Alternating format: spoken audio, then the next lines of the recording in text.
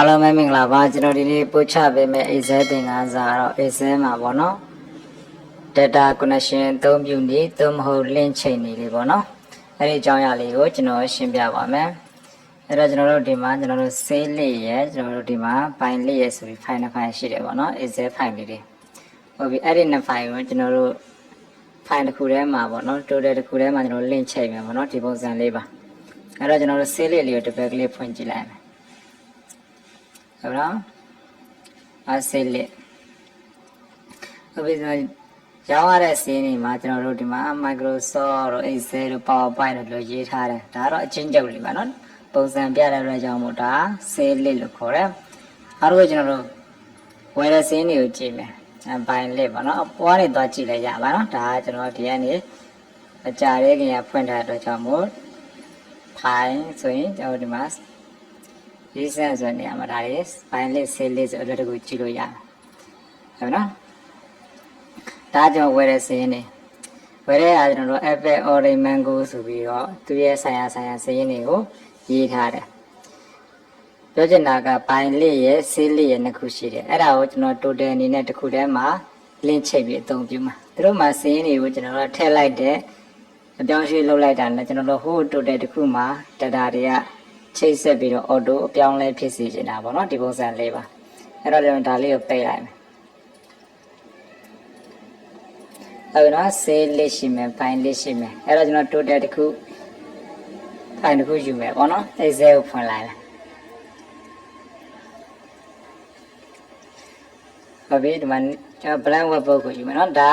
ဒီ blank webbook ကကျွန်တော်တို့က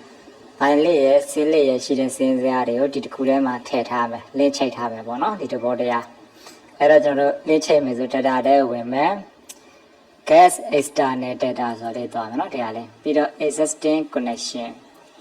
ဒီတိုင်းလေးတွေ့လိမ့်မယ်နော်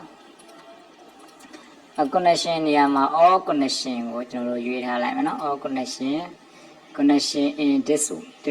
webbook အဲ့ဒါလေးကျွန်တော်မရွေးတော့ဘူး all connection ကိုကျွန်တော်ရွေးထားလိုက်မယ်ပြီးရင်ကျွန်တော်တို့ brown for more ဆိုတော့တရားလေးသွားလိုက်မယ် browser ကိုသွားလိုက်မယ်ပေါ့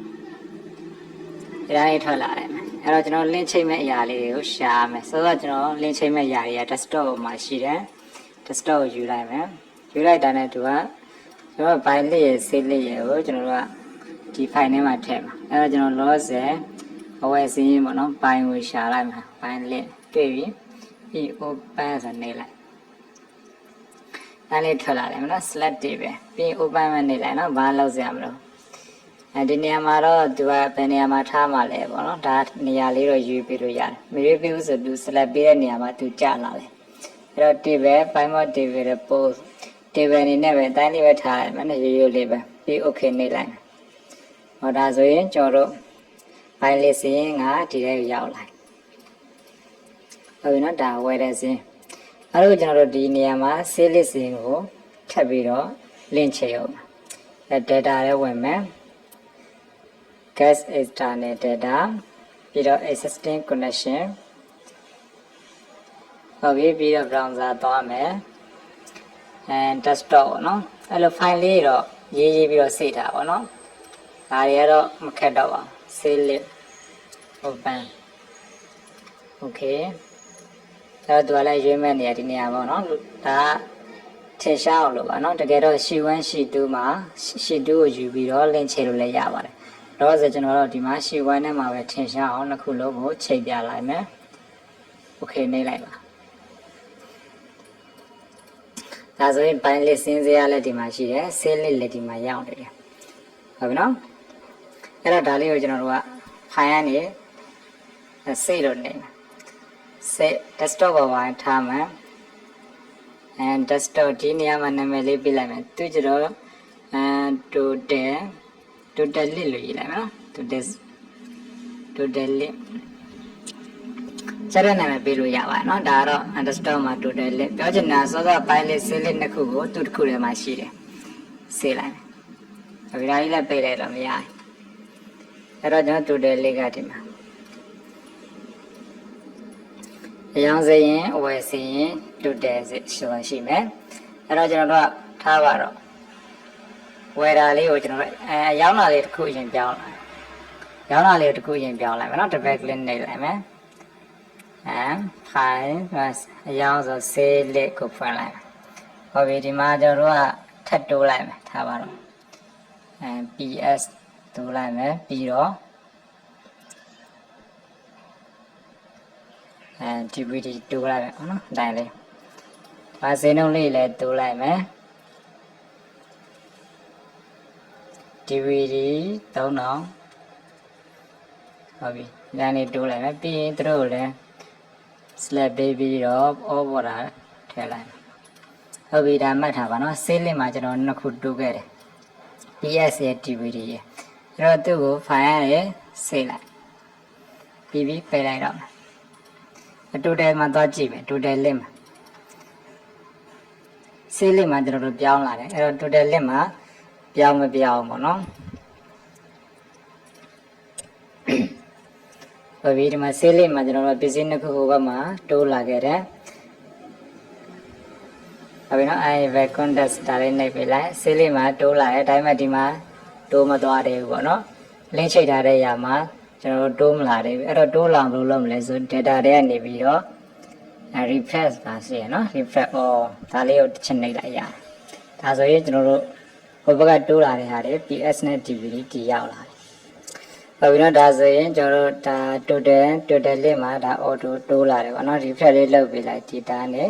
data တက်ကနေ refresh လုပ်ပေးလိုက်ဟုတ်ပြီဒါကျွန်တော်တို့ save လင့်မှာအဆင်ပြေသွားပြီပေါ့အဲ့တော့ကျွန်တော်တို့ bind လင့်မှာကျွန်တော်ထပ်ပြီးတော့တိုးကြည့်မယ်ပြီးရင်ကျွန်တော် total မှာလာကြည့်မယ်ထိုင် total မှာကျွန်တော်တို့လာပြီးတော့ refresh နဲ့ပြန်ပြီးတော့ data တွေချိန်ထားတာတွေပြန်လာကြည့်မယ်နော်လောဆယ်ပိတ်လိုက်မယ်ဒါလေးကိုဒါလေးကို save ပြီးတော့ပိတ်လိုက်မယ်နော် save ပိတ်လိုက်မယ်ထားပါတော့ save လစ်ပြီးအဝယ်စင်းရင်ကြည့်မယ်နော် bind လစ်bind လစ်ဝယ်လိုက်အဝယ်စင်းမှာကျွန်တော် bind တိုးမလဲပေါ့banana ကျွန်တော်4000မှုဝယ်တယ်4000နောက်ပြီးကျွန်တော်တို့ဖုန်းပေပေါ့ဖုန်းပေကိုသူ9000မို့5000မို့ပဲဟုတ်ပြီနှစ်ခုတိုးထားတယ်အဝယ်စင်းမှာတိုးထားတော့ကျွန်တော်လေးချိတ်ထားတဲ့ဟိုဘက်မှာရောအဆင်ပြေမပြေသွားကြည့်မယ်နော်တော့အဲ့လိုလေးလောက်ခဲ့ပြီးကျွန်တော်ဆေးလိုက်ရနော်ဆေးခဲ့လိုက်ပိတ်ခဲ့လိုက်မယ်ဟုတ်ပြီ total မှာသွားကြည့်မယ်total ရောက်သွားပြီ။ပိုင်လစ်မှာကျွန်တော်နှစ်ခုတိုးလာတယ်။ banana ရဲ့ဖုန်းပြီးသူ့မဒီမှာမပေါ်သေးဘူး။မပေါ်တဲ့အခါမှာဒီမှာကျွန်တော်တို့ select ပေးတာပေါ့နော်။ data တွေကနေပြီးတော့ refresh ရှိတယ်။ဒါလေးတစ်ချက်နှိပ်လိုက်မယ်။ refresh off ပေါ့နော်။ဒါဆိုရင် banana နဲ့ဖုန်းပြီးနဲ့တိုးလာတယ်။ဒါဟာ data connection အသုံးပြုနေဖြစ်ပါတယ်။ကျွန်တော်တို့ link ချိတ်ရတာပေါ့နော်။ file နှစ် file ရှိတာကိုတစ် file ထဲမှာကျွန်တော်တို့က link ချိတ်ပြီးအသုံးပြုတာ။တစ် file နဲ့လည်းရပါတယ်။ကျွန်တော်ရှေ့1ရှေ့2ဆိုတော့အများကြီးထားပြီးတော့လည်းကျွန်တော်ချိတ်ထားလို့ရပါတယ်နော်လောဆယ်တော့ကျွန်တော်တို့ကဘိုင်လေးရဲ့ဆေးလေးရဲ့နှစ်ခုနှစ်ဖိုင်ပြင်မာထားတယ်နှစ်ဖိုင်ကလောဒမြအရာတွေကိုဒီ total ထဲမှာတန်းပြီးတော့ဝင်အောင်ပေါ့နော်တစ်ခုထဲမှာတန်းကြည့်လို့ရအောင်ပေါ့အဲ့လိုလင်းချိတ်တာပါတနည်းအားဖြင့် data connection အသုံးပြုတာပါ okay အားလုံးနားလည်မှထင်ပါတယ်အဲ့လိုလေးလုပ်ပြီးကျွန်တော်ဆေးထားခဲ့ပါဆေးOkay နော်ဒီသင်ခန်းစာကိုအားလုံးနားလည်မှထင်ပါတယ် data တွေကနေ guest external data နဲ့ existing connection ပါနော်ကြိုက်တာချိန်လို့ရပါတယ် Okay အဆင်ပြေပါစေ